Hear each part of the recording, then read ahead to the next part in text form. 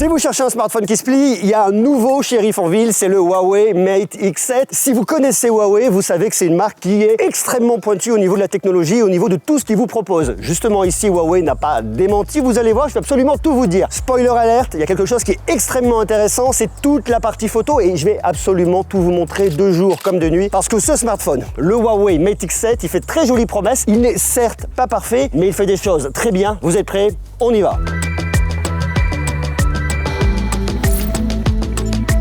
Commençons par le design. Quand on commence par ouvrir la boîte qui, soit dit en passant, est un petit peu grande quand même, eh bien on a le smartphone à l'intérieur et ce qui est pas mal, c'est qu'on a une coque de protection parce que dans l'univers des smartphones qui se plient, aller trouver des coques de protection dans le commerce, c'est pas forcément évident. Donc que Huawei en ait fourni une à l'intérieur, c'est vraiment bien. Par contre, ce que Huawei n'a pas fourni à l'intérieur, et c'est ce qu'on retrouve aujourd'hui sur le marché, c'est un bloc de charge. Donc il faudra soit que vous utilisiez un chargeur que vous avez déjà dans vos tiroirs et qui bien évidemment est compatible, et je vous en parle dans quelques instants, soit l'acheter et vous allez voir que si vous voulez acheter ce smartphone, bien évidemment, je vous mets le lien en bas dans la description, eh bien, Huawei vous proposera un chargeur à acheter si toutefois vous n'en avez pas. Ça, il faut le savoir. Après, le smartphone est assez joli. Il y a deux couleurs que Huawei vous propose ici. On l'a en rouge nébuleux, c'est celui que j'ai ici. C'est une finition cuir vegan. Je sais, c'est deux mots qui vont pas trop ensemble, mais c'est du cuir vegan. Et vous l'avez également en couleur noire si vous préférez quelque chose d'un petit peu plus sobre qui lui également est proposé en cuir vegan. Le truc qui nous intéresse sur les smartphones qui se plient, c'est avant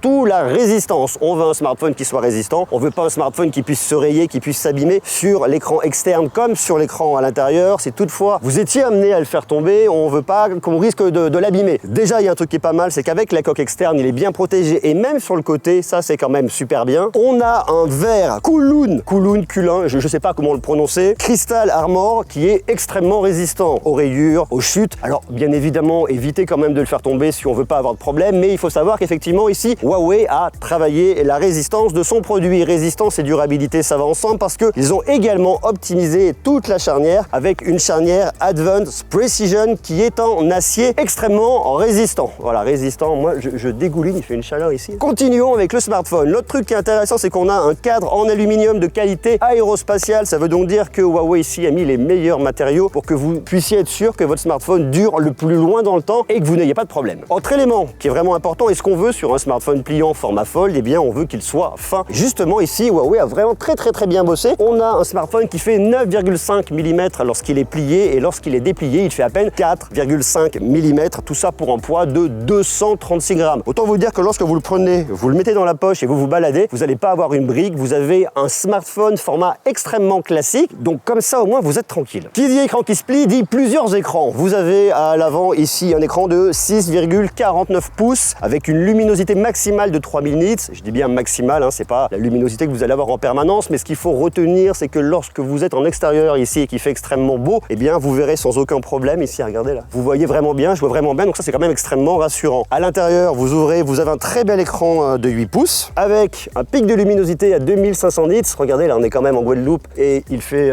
très beau. Donc vous voyez vraiment bien, je vois vraiment bien. Donc ça c'est bien, il n'y a absolument aucun problème là-dessus. Ce sont bien évidemment dans les deux cas des dalles OLED parce que la technologie OLED vous permet de plier votre écran. Si vous n'aviez pas de dalle OLED, si vous aviez une dalle LCD, ça serait strictement impossible. Et l'autre truc qui est intéressant avec cet écran intérieur, c'est qu'il y a une consommation qui a été réduite. Ça veut dire que votre smartphone va moins consommer lorsque vous allez utiliser l'écran intérieur avec une consommation qui est réduite de 25% par rapport à ce que nous proposait Huawei avant. Ce sont des écrans qui ont 1 milliard de couleurs à l'extérieur comme à l'intérieur, des dalles LTPO de deuxième génération qui vous permet d'avoir un taux de rafraîchissement variable de 1 jusqu'à 120 Hz. Lorsque vous regardez un film, une série, vous serez à 25 images par seconde. Lorsque vous allez lire un article, il y aura très peu d'images par seconde. Lorsque vous allez jouer à des jeux ou alors scroller, que vous avez besoin de fluidité, vous allez monter jusqu'à 120 Hz. Donc vous êtes sûr que vous êtes tranquille ici et que vous aurez la meilleure qualité. En plus de ça, Huawei a travaillé pour améliorer le confort dans les conditions de basse lumière pour ne pas vous fatiguer les yeux avec une gradation PWM à 1440 Hz. Et puis, point de détail, je vous le dis, au niveau de votre écran que vous retrouvez ici là, à l'intérieur, c'est un écran qui est en structure structure composite ultra résistante à 3 couches. Vous avez une couche protectrice avec un fluide non newtonien. On a une seconde couche UTG résistante au choc. Et puis la dernière qui est en plus en profondeur, c'est une couche de support en fibre de carbone. C'est un smartphone qui a 16 Go de RAM, 512 Go de stockage, donc pour stocker tous vos films, toutes vos séries et pour avoir de la fluidité, vous êtes tranquille. Ce que nous dit Huawei également, c'est qu'ils ont vraiment travaillé sur la dissipation thermique parce que bien évidemment, on peut utiliser ce smartphone pour jouer à des jeux sans aucun problème. Si vous mettez votre coque de protection à l'arrière, vous sentirez bien évidemment quasiment jamais de point de chaleur parce que ça rajoute une couche supérieure. Mais pour autant, ce qui est intéressant, c'est que si vous ne voulez pas mettre de coque de protection, Huawei a vraiment mis un gros point de focus sur la dissipation thermique. Avec le système de dissipation thermique super cool, ultra large VC, et puis vous avez du graphène à l'intérieur avec une chambre à vapeur de 3550 mm². Il y a un autre point qui est extrêmement important sur des smartphones qui se plient, ce sont les batteries. Alors ici, vous avez 2 batteries, c'est-à-dire que vous allez avoir une batterie d'un côté et une batterie de l'autre côté pour avoir un total de 5300 mAh,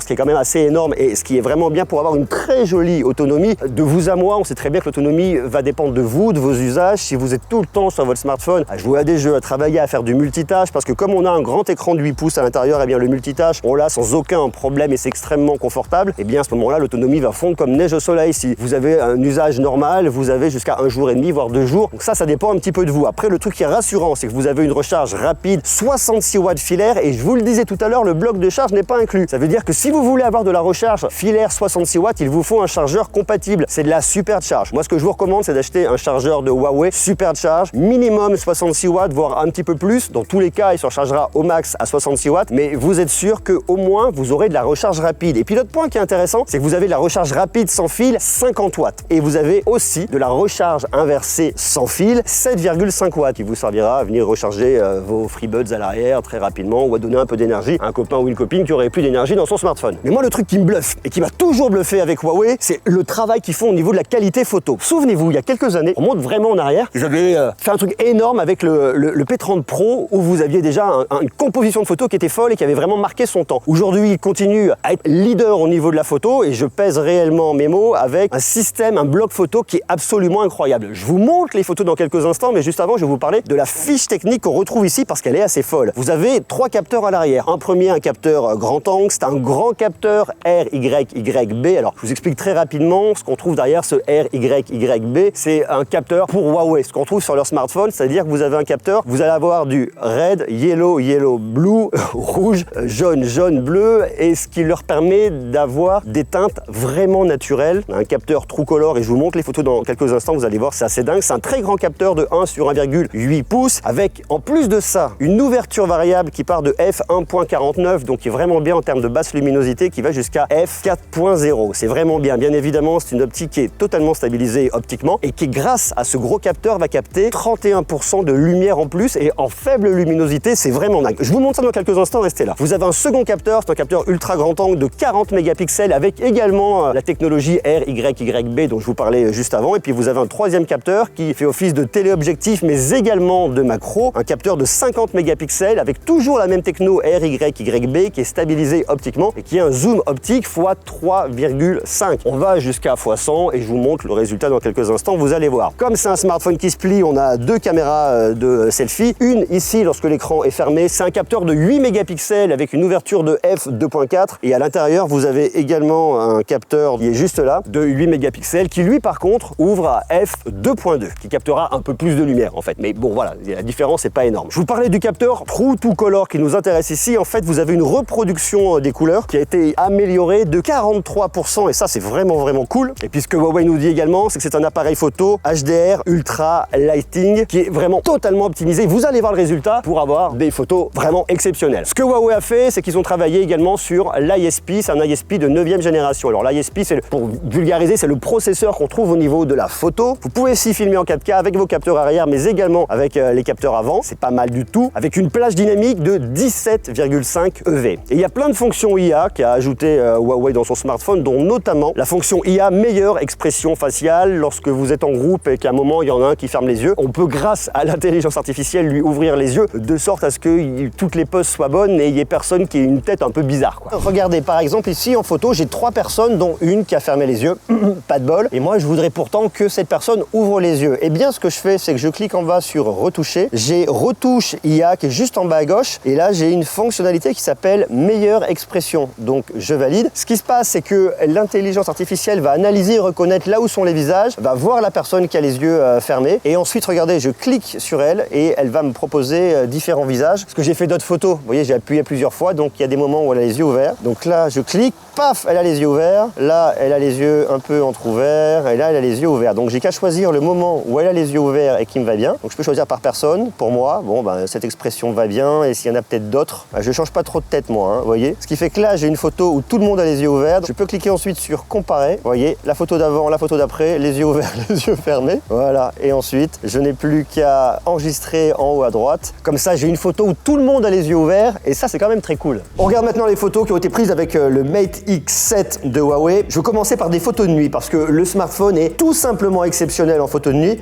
Regardez, là on était dans l'obscurité, on voyait, il y a un peu de lumière bien évidemment, mais on voyait pas autant les détails et ce qui m'intéresse c'est les couleurs qui vont ressortir ici grâce à ce capteur True to Color. On voit même, si vous regardez le liner ici, on a même le détail du liner qu'on voit en bas dans la piscine. On peut regarder également les couleurs sur la bouée, le rouge qu'on a au niveau du bec de la bouée et puis tous les reflets qu'on retrouve également ici. Enfin, très honnêtement, c'est extrêmement bluffant ce qu'a fait Huawei ici. Une autre photo, ça vous montre vraiment la même chose. Les détails dans les arbres, il y a vraiment de la netteté. Et ça, c'est vraiment bluffant. On continue, ça c'est une photo qui était prise avec la caméra arrière. Pareil, en mode cliché nocturne, c'est tout simplement exceptionnel. J'en ai fait plusieurs. On essaye de shooter le ciel. Alors attendez, sur la photo, ici, là, on voit les étoiles. Et si vous regardez ici, on voit bien les nuages, on voit tout, on voit une voiture qui passe. Enfin, rien n'est cramé et tout est vraiment super bien exposé. Celle-là, je la trouve vraiment cool parce qu'on voit toutes les étoiles dans le ciel. On voit bien les arbres qui sont super bien exposés. Celle-là, elle est vraiment cool avec les nuages. Enfin, vous voyez, en termes de photos de nuit, ça marche vraiment bien. Là, je vais vous montrer sur de la nourriture. Ce qui est intéressant, vraiment, regardez ici, ce sont les couleurs qui ressortent et qui ressortent vraiment bien. Il y a un côté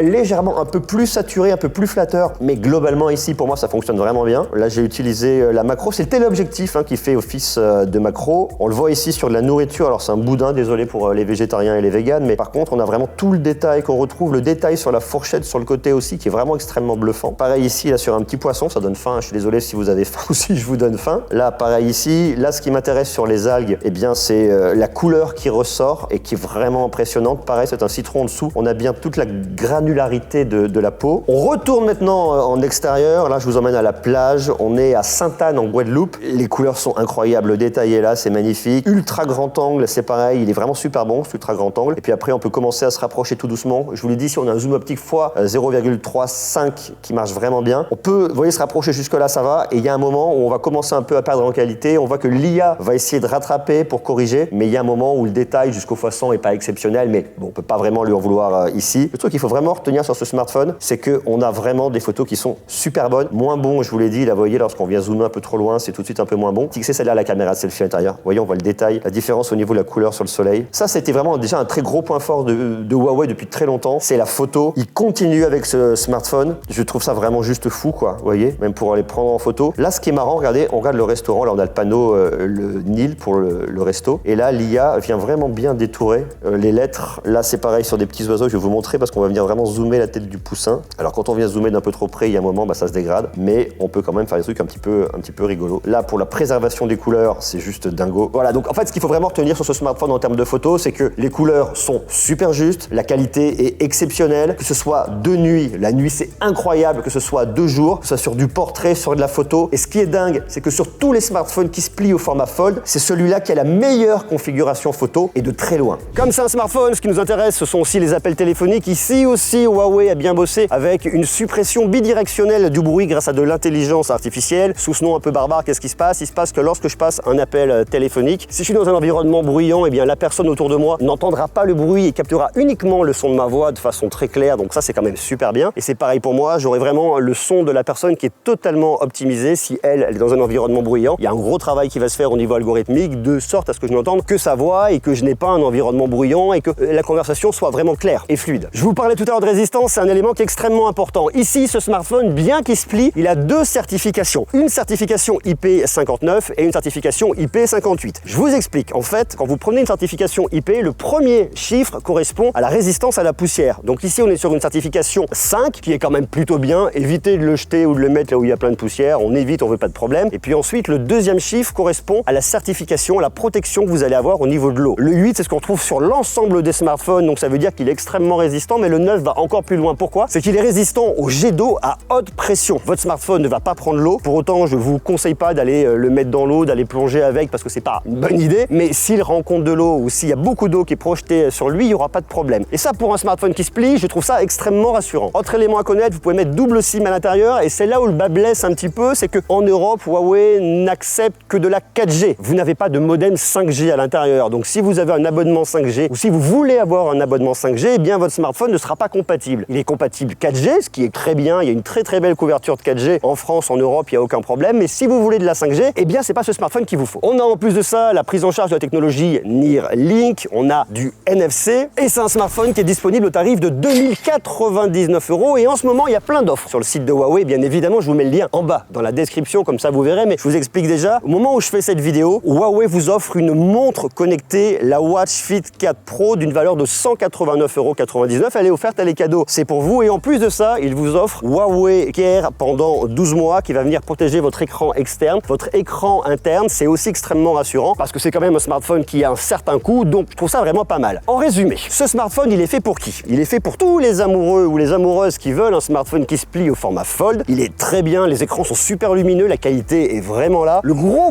point de focus, c'est la photo. La photo est vraiment magnifique et sur un smartphone au format Fold, aujourd'hui dans tout ce que j'ai vu, c'est celui-là qui a la plus belle composition en termes de photos, la plus belle technologie. Donc si vous voulez un smartphone pour le divertissement, la productivité, le multitâche et de très jolies photos, vous pouvez y aller sans aucun problème. Autre élément à connaître, ici ce smartphone n'a pas le Play Store, il n'a pas les services Google. Vous avez l'App Gallery, vous pouvez utiliser l'Aurora Store qui vous permet de télécharger des applicatifs pour installer les applications du Play Store, mais nativement il n'y a pas le Play Store. Donc à voir si c'est quelque chose qui est important pour vous. On peut avoir toutes les applications de Google, mais il faut passer par un système tierce, par l'Aurora Store, et je vous en ai déjà parlé dans une précédente vidéo. En résumé, c'est un très bon smartphone qui a certes quelques limites, mais qui technologiquement est vraiment bien, et c'est vraiment là où Huawei est extrêmement fort, c'est qu'ils ont une maîtrise des technologies au niveau des dalles, au niveau de la charnière, au niveau de la photo, qui est tout simplement exceptionnelle. À vous de me dire ce que vous en pensez. Qu'est-ce que vous pensez de ce Huawei Mate X7? Est-ce qu'il peut vous plaire? Est-ce qu'il vous intéresse? Prenez 2 minutes, dites-le moi en commentaire, je serais curieux d'avoir votre retour, notamment par rapport aux différents points que j'ai évoqués dans cette vidéo. Qu'est-ce qui vous intéresse le plus? Est-ce que c'est la partie photo? Est-ce que c'est la partie écran? Est-ce que ce sont ces doubles écrans justement? Prenez 2 secondes, marquez-le moi en commentaire. Et puisqu'on parle de Huawei, il y a également cette vidéo qui est là, foncez la voir, elle est aussi super intéressante.